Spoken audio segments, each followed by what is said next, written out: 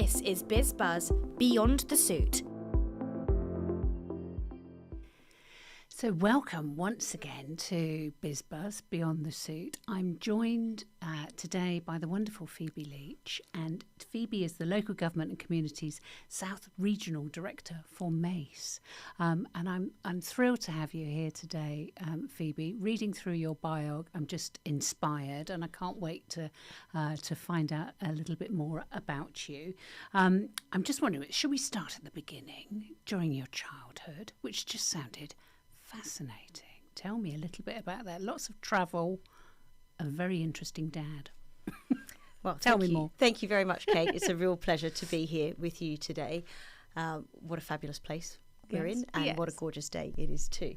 So thank you. So I guess the beginning, yes, I've had a really, quite a mixed background growing up. I'm Australian, but my home is very much here on the south coast.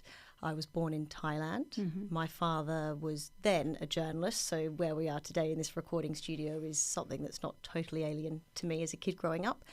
And my dad worked for the ABC, so the equivalent of the BBC in Australia, and he was the Southeast Asian correspondent based in Bangkok at a really interesting time in the early to mid-80s. There was a lot of change in that part of the world on the back of the Vietnam War, and it was a really exciting time to be in that part of the world. So yeah, that's where life started. And had he always worked in broadcast media, or did he come from a newspaper background? I'm only interested because I'm newspaper. Yeah, he came from a newspaper background, and he actually studied law. Did a law arts degree at the University of Western Australia, which is where my dad's family's from Perth, and then moved. He did a cadetship with the ABC, and then moved to Sydney, and he covered a lot of early industrial relations disputes and as a court reporter, and then sort of made his way, and then a lot of people went to Canberra for the political scene, and that's really where he found his passion in that sort of world of politics with a real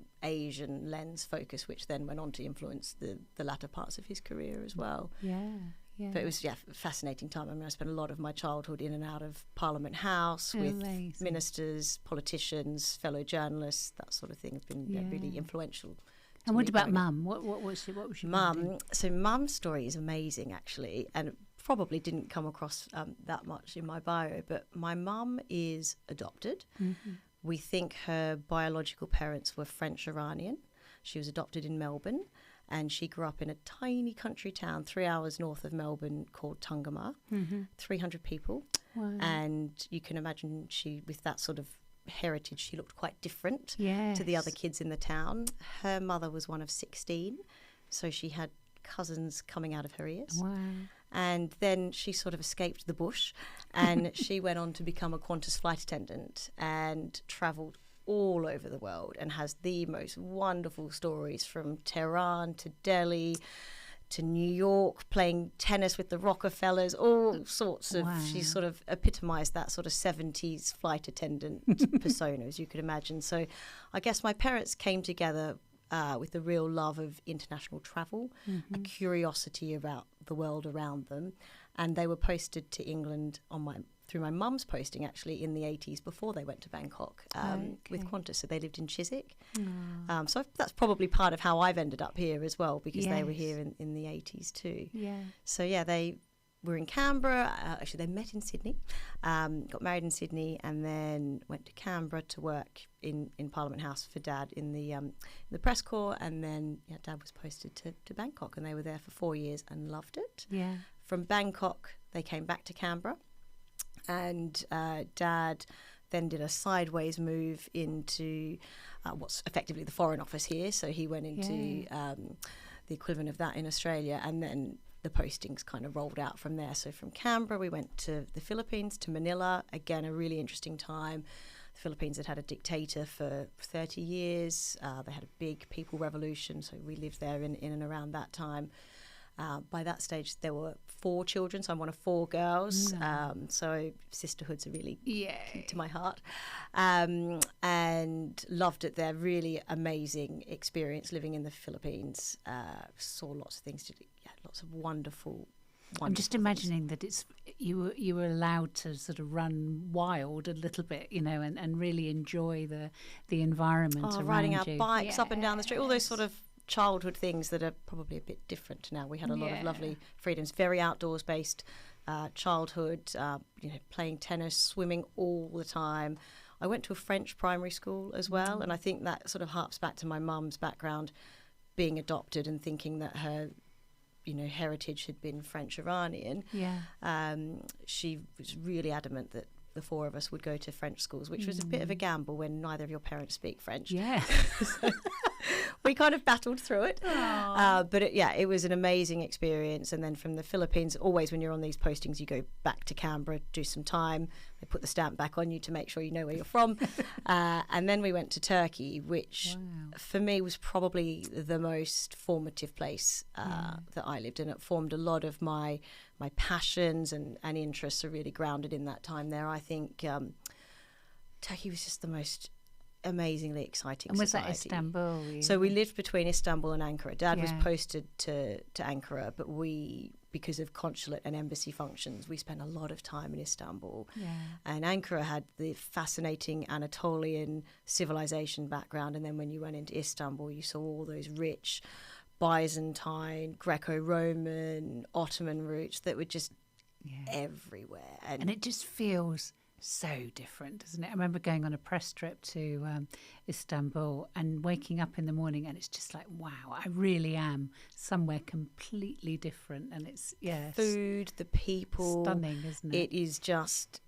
I just think it's the most amazing city in the whole world, and I'm really excited because I'm taking my husband. Well, he's taking me. I had a significant birthday recently, and he is taking me there for my birthday. 30? Yeah, it was 30. Yes, so he is taking me there, or effectively allowing me to bring him along, and I just can't wait to show him all the things that have really meant a lot to me, growing up and seeing, and from this amazing story about Spooner's diamond that you can go and see in Topkapi Palace, which has an incredible story about someone thinking it was a piece of glass, and it's as big as a dessert spoon, this sort of diamond that was found on the streets. And it's fascinating, close to my heart. And then from there we went to Indonesia, and again, so fascinating. We lived in Jakarta, which is on the island of Java, and that has the most interesting Buddhist, Muslim, Hindu roots, and you could lose yourself there really easily. So that all of those different places have really formed who I am. Yes, and does that make you comfortable anywhere in the world, and do you sort of align yourself to any of those particular places, or? I think it makes me really curious. And I feel very privileged to have that. We're in the Spark building, to have that curiosity sparked in me so young.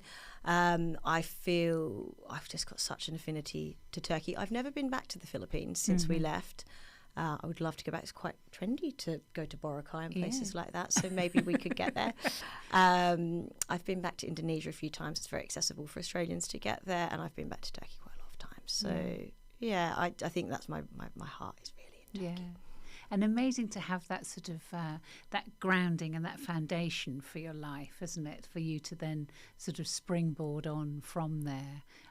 You must be very grateful for that. I am, and I'm very grateful as well that we had the French education too, because a foreign language opens so many doors, and in all the places we lived in, I didn't get to fluency of the other languages, but I got a good handle on those languages, so I can go back and feel really comfortable. So to your question, do I feel comfortable in those places? Yes, and I've never learnt Spanish, but I can sort of give it a bit of a go, because you can pick up the Latin languages and get by, which I think is a really important thing about being respectful for other cultures. Yes, they're going to pick up that it's not my first language, but I'm going to give it a go.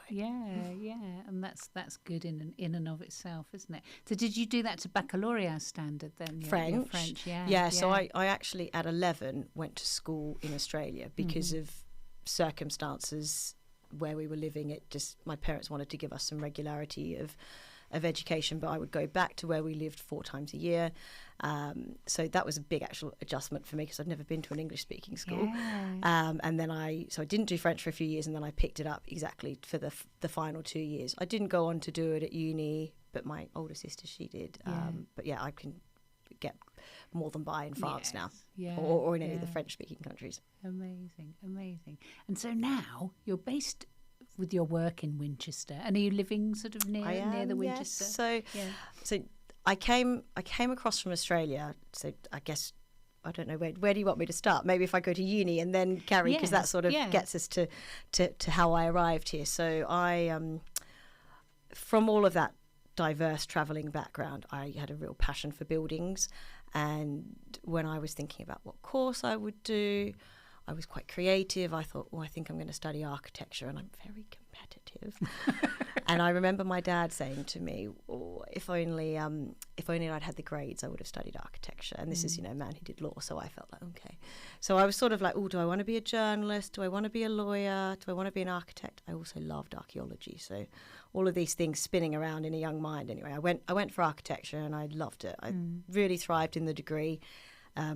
Left uni, and I was really influenced by this amazing project management female lecturer, and I thought, I've got an urge and I really want to explore that.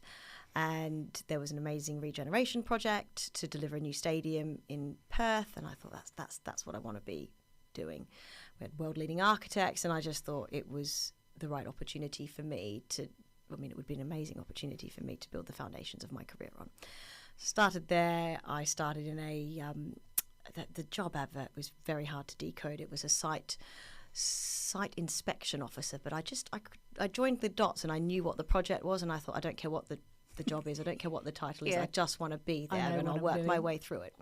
And that's what I did. So I was on site. I think I was the only female on site for 4 years. This is going back about 18 years ago now, so quite a long time ago. And I just loved it. I just thrived. I progressed in my role there. It was a wonderful company, amazing project. And when it was coming to an end, I started to think about, what does my next move look like? And because of my earlier international foundations, I was keen to take an opportunity to work abroad. I had a sister here living in the UK, in London, who was desperate for me to come across. And I was really keen to spend more time with her too. So I came across. I had sort of set up a few interviews, and Mace was one of them. And I started working for Mace. I started delivering in our Department for Education DFE team, and I worked on schools for nearly 6 years to start with, which was a fantastic way to start my career in the UK. Really aligned actually with what I do now in terms of that community and social infrastructure space, which is where I have spent my entire time. So I started with Mace. The company has sort of morphed a little bit, and I can talk more to that in a moment, but we're now called Mace Consult, and I have always delivered roles in that social and community infrastructure space, because I feel and that's probably actually from the roots of my parents and the work that my dad did. I feel very strongly about being in place and delivering that legacy for future communities to thrive on, which I'm a parent now. I've got 3 boys. My children can benefit from the work that I'm doing. So I thought I'd be here for 2 years, then I might, get a intercompany move to the States or somewhere shiny like that. But actually I met my husband. No. Well, I met a boy in a pub watching the rugby, and it was at a mutual friend's birthday, and it sort of, my plans evolved from there. And how I've ended up here is that he's a local boy. So he grew up in the New Forest, and he was adamant that the New Forest is as close as, the South Coast is as close as what you can get to the Australian lifestyle. And of course I was blown away when I was brought here for the first time, and then he slowly had this plan to, when we have a family, this is where we need to be, not in London. And we were really fortunate probably in about 2018, we started to have a look to start thinking about moving to this part of the world permanently. In just before COVID, in late 2019, we found somewhere. We put an offer in, and then the world exploded. And we were very fortunate that the couple we bought our house from, they were really keen to move forward and not to be delayed in that. So we had a bit of time sort of between London and between the New Forest, but we got there. We had to have baby number 2 in London as well. It was sort of, this baby's got to land somewhere. But yeah, we moved down permanently in November 2019. And in that time, so I've always worked for Mace Consult whilst I've been in the UK, and I've had 3 children whilst I've been there, and at each of those opportunities where I've had a baby, I've taken time out, but I've also used that as a reset for my career within the business. So I was in our Department for Education team. I started out as a project manager delivering schools. I then led a team delivering schools. I then had baby number 1. And then I came back and I led our housing and regeneration business in London. I then had baby number 2. I then came back and we were amazingly lucky, well, maybe through talent of the people around us as well. We secured a programme to deliver the Ministry of Justice's Estate Delivery Partner Programme, and that was £2 billion worth of new prison or extending existing prisons all across the country. Wow. A very exciting, fast-paced programme, working directly with the Deputy Prime Minister at the time, and that was amazing. Yeah. I then went and had baby number 3, and I thought, I don't know, coming back with 3 little kids, what? And my babies were born in quite close succession as well. Yeah. So life felt pretty chaotic. Intense. Yes, I wasn't quite sure. No. I mean, I love working and I love being a working mum, and being a role model is really important to me, but I wasn't quite sure how I was going to work it out. Yes. And I've been so fortunate that I've had incredible role models and mentors around me who have pointed me in directions and said, I know it's the first day of your mat leave, but what about this one? Or what about this one? And it was pretty much that. On the first day of my mat leave in January, it's either January 23 or January 24, the years blur in. And she said, again, a female, so I'm so lucky to have had strong female role models as well. She said, what about this job? It's based in the South Coast, and it's the Local Government and Communities South Regional Director role. What do you think? And I said, actually, that sounds really interesting to me.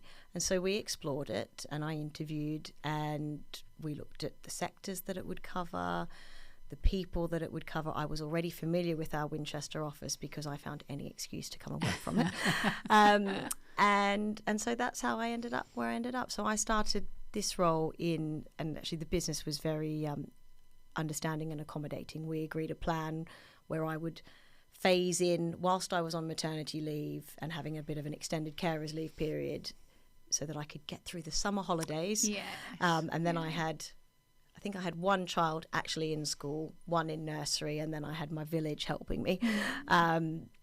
And so, we did it. So I started the role in September 2024, and I have just loved it ever since. And I've met lots of amazing people who are like-minded, invested in place, really keen to see how we can make where we live better. Yes. And my role covers a big geography across the south, but it's really exciting, and I find it really thrilling, the different people I get to meet and work alongside. Yeah. And so examples of the sort of thing you're doing within that role then, Phoebe, would be what? So building schools is one of the things that we're doing, and I love building schools because it goes back to my roots at Mace. I can talk the language, walk the walk. I have 3 children now in the school system, invested, so I feel really invested, Kate. They're the right words. And we're seeing a really big pick up in the demand for SEND schools, and I can see that as a parent, and so I feel like that's a really fantastic way for me to use my time in delivering projects and programs. We also do some amazing community projects, like we did the Little Hampton Seafront project recently, and that was amazing. We've had one of our apprentices in our team, she was involved in that, and on her Saturday she went down and saw it open to the community, and it's this most amazing project, and it's along the seafront, and it's got water fountains that spurt up, and all the videos on social media of kids jumping up and down, and it is amazing. Another great project which you might have seen on LinkedIn advertised with Portsmouth City Council is Hilsey Lido that we're just finishing. Fantastic. And we're so excited to be bringing that asset back to the community, back to the people to use. And actually we're all going. I went about 6 months ago for a look, and we're all going in a couple of weeks to have a really good look. I went with a colleague just recently, and it was a sunny day. Beautiful. It's going to be amazing. It is an amazing place, and I feel really lucky that we have things like that for our local communities to use and enjoy. And I'm really excited to say as well, we've just signed the contract with Millmott Dixon to deliver Bransbury Leisure Centre for Portsmouth City Council as well. So yeah, all of these things are incredibly exciting for us to be bringing forward for the community.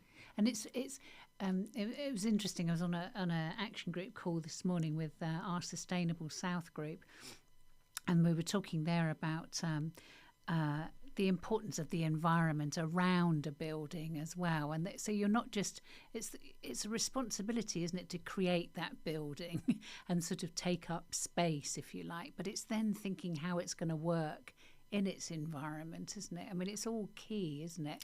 And especially with buildings like schools, isn't it? It's crucial. And the impact on the community as well. So school's a good example. You know, we think about things like the travel plans. What's that impact going to be on the existing infrastructure? How is it going to affect established residents? And all of those journeys we've got to take, you know, our stakeholders through, which is a really important part of our work. Yeah. When you talked about when you were starting on site with that the big project in Perth, what was that like, being the only woman on site there? I can imagine it would be quite interesting. And were you intimidated by that, or did you just think, oh well, you know, I think I'm I just was part of the probably team. young and naive. Yeah. And I think, you know, I can see things now that, you know, when your parents say to you, when you've got a bit more wisdom, you'll know. And I cringe. I can actually, but I think I had that fearlessness of youth, and that is exactly my place. I've worked really hard. I've been at uni, I've studied, and you know, I've got this job, and I've got exactly every right to be sat next to you. And I probably might not have been as vocal as I am now in some of those spaces, but I was really hungry for opportunity, and I wasn't afraid to go after them. And also, when you're not encumbered as a young person, you know, you haven't got a family, you haven't in the same way to make you sort of really think about your decision making in a different way. Yeah. I know another colleague was talking about the whole thing with building sites as well, and how at one time it really was that you would go in there and there would literally be the pictures of women, you know, nude women on the walls, the toolboxes and all really that opened up. Yes, and all that sort of thing. And you sort of think, my word, you know, at least we've sort of moved on. Thankfully, a bit from there, haven't we? But I remember actually the colleagues I worked with making it clear to me about the loo arrangements. and I remember it was such a weird thing, like, why are you worried about this? And I actually quickly realised, actually, I do actually need a separate loo to you lot.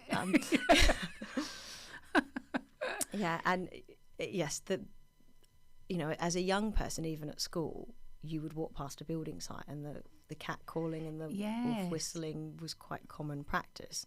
And actually, you just don't see that anymore, which, you know, in 20 years we're arriving at where we should be. Yeah, definitely. No, it is fascinating, isn't it? Just to sort of think back about the whole thing with the women on the walls. Yes. Quite something, wasn't it? So when you sort of look back now, what have been your proudest achievements, do you think? And when you drive past a building that you've been involved with, you must feel a bit, yeah. I do, yeah. You do stand a bit taller, and when I go home to Perth and people talk about that building, the Perth Arena, I do feel tall and proud that I was involved in that. And when transformational buildings like that are being built, there is a lot of public scrutiny, and it went over budget. Yeah. It was over time, and you know, part of that was there was significant scope change after the contract was signed. So navigating all of that at the start of my career was challenging, and I would go to dinners with friends, and they'd be like, "Oh, that project that you're delivering," and it would be quite negative. But I got some really good advice early on that was, don't worry, people forget very quickly, and then once you've delivered a great outcome, that is what the focus on. And I see that every day now, and you know, we try very hard to deliver the commitment that we make at the beginning, but construction is changeable, and you're dealing with weather, aren't you? There are so many variables. If you're, you know, doing a renovation or refurbishment project, you've got lots of unknowns to work with. So yeah, managing client expectations is a big part of our job. But yeah, I stand tall past that project. I stand tall past the first school I delivered here, which is the Hope Community School. That's in Kent. I worked with it was when the Conservative government was delivering a lot of free schools, and I think it was free school number 3. And that was, you know, funding challenges inexperienced stakeholders, and we just came together and we delivered an amazing school that is, still now operating, delivering education, changing people's lives. So that I feel really proud about. There are lots of projects actually, but one of the things I like is that when my kids go to school and they tell their friends that I think mummy drives a bulldozer. And I don't correct them. It's lovely that they know that I do something in the built environment, and it changes as their understanding evolves. But what that does is that, the kids, the girls and the boys around them are saying, oh, that's a really interesting, different, unusual career path that, some of my other parents aren't doing. And so, I think that for me, that role model piece and being an influence to young people is key, isn't it? Absolutely. I know you, again, reading through your bio, you mentioned another woman who was very important in the sort of mentoring role. And is that... it sounds like there have been a number of women along the way who have helped you. Is that something that you're very conscious that you want to be that person going forward with your female colleagues?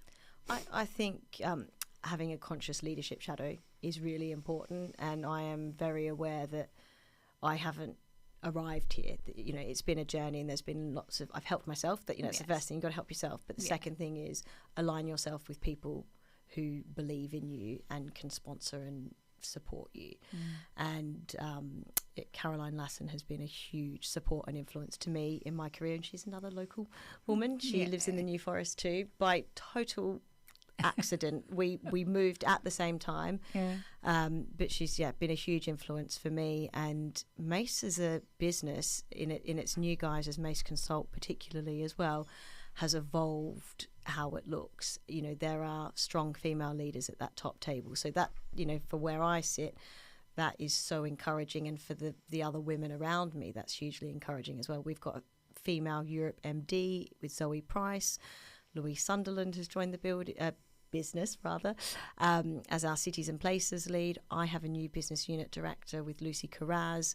So that's 3 really strong females between me and our CEO, and that is a really encouraging place for me to be from an employee perspective as well. Definitely, yeah. And what do you what outside of work, what makes you passionate? I'm assuming it's those 3 lovely children. But I mean, yes, Kate. They underscore every decision and every choice, and they are amazing. My 3 boys, and I just, when you're sort of like, should I become a parent? Shouldn't I? Is it going to be chaos? It's all those things, but it is so unbelievably rewarding and wonderful for me. We are a very outdoors family, which is why we've chosen to live where we live. We are at the beach with sandy toes as often as we can be, in rock pools for hours. In fact, we were at a stream in the New Forest on Monday evening after I got home from work. We went and there was a puddle with tadpoles in it. No. The puddle was drying up, so we moved them from the puddle into the stream, as many as we could. Amazing. And it's those moments that really spark joy. We love exercise as well as a family, and my 2 older boys in particular, when I come home or if I'm working from home and they're home from school, they'll say, can we go for a run, Mummy? No. And it'll be a run or a bike ride or a run walk or whatever, but it's just, it's lovely to be outdoors, and we're out in rain, hail or shine, and we do obviously have more rain here in the UK than we do where I'm from, but we certainly make the most of it, and we've got a lovely puppy dog too, and she comes along for the ride wherever we go. Gorgeous. And for people who are sort of thinking about coming into that project management world and the built environment, what advice would you give them? My biggest piece of advice is do work experience, explore your options, talk to as many people as you can. And when you're at that point of, finishing A levels, BTECs, whatever it is you're looking at, I am a really big advocate for apprenticeships. Yeah, I think they are an amazing way to further your education, but get that real life experience with an employer. And I think back to my day studying architecture, we were very removed from the real world, and I very much felt like we were not market ready, employable. And I don't think you necessarily need to come out, you know everything, because you need to continue to learn. We're always learning, but I think that apprenticeship route is really exciting. And if you're not interested in an apprenticeship, try and get on a graduate program, because again, they are amazing programs that open doors, give you access to senior leadership that you might not otherwise get if you come through a different route. Yeah. So you can start to see and look and have a mentor. Always have a mentor who can advocate for you, point you in the right direction. We've got an industrial placement student at the moment, and he's an absolute delight. And on day one, we were doing some bid interview practice. And one of my colleagues said, "Oh, Luke, just jump in, just come in, see what it looks like, and have you got any questions?" And we've just got to create those opportunities for people around us, and how AI is going to impact all of that is really interesting, because AI is amazing and we are using it loads, and every day there's something new coming down the line for us. But how do we ensure that we don't lose our ability to think alongside that? I think it's going to be a really interesting challenge. Yeah. Across all the sectors, really, isn't it? I think it's sort of taking away a lot of the could be tedious stuff, that AI can deal with, can't it? But yeah, like you say, we all need to still keep thinking, don't we? Yeah, that critical thinking piece, I think, you cannot replace, but you only get to it by doing some of those tasks that are now very easy for AI to do. So finding the balance somewhere in the mix there is an interesting challenge for us. Definitely. And just picking up again on that mentorship thing, how is it best to find a mentor, do you think? It sounds like they've sort of found you along the way, but is it something that you can ask someone to be your mentor, do you think? I think be brave. Yeah. And there are so many ways to access people. Access them from LinkedIn, access them through their political, through their professional affiliation. Yeah. So through RICS, through APM, through CIOB, reach out in that way, or through your employer. I mean, we have at Mace Consult a fantastic mentoring program.